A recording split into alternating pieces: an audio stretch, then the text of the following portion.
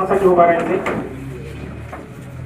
या ठिकाणी आनंदी बालकृष्ण फडके हिचा सन्मान दौंड तालुका दिव्यांग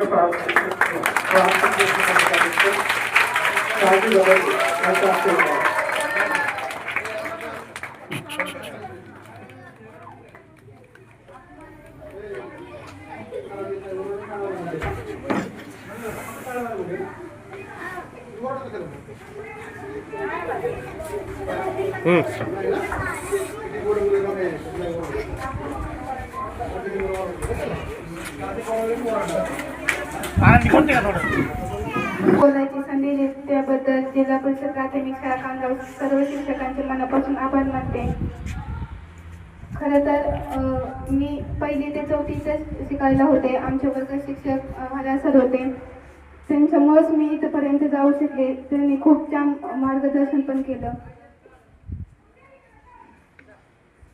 धन्यवाद।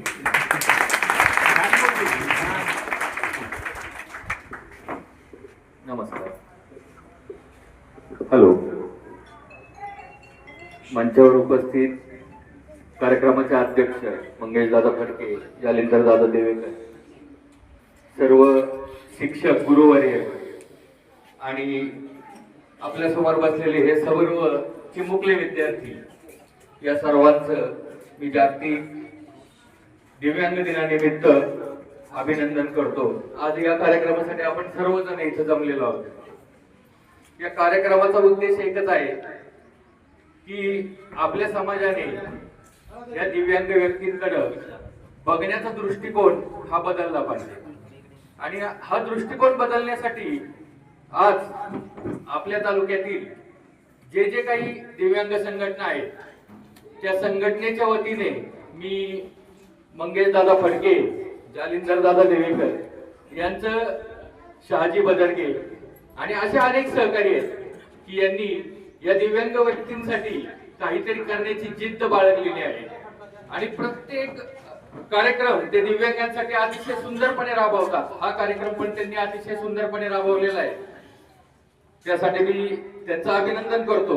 विशेषतः जालिंदर दादा देवेकर बोलतात कमी पण काम फार उंच आहे त्यांचं, तर ते कुठल्याही कार्यक्रमात मी त्यांना भाषण करताना पाहिलं नाही आजपर्यंत, पण काम करताना पाहिलेलं आहे।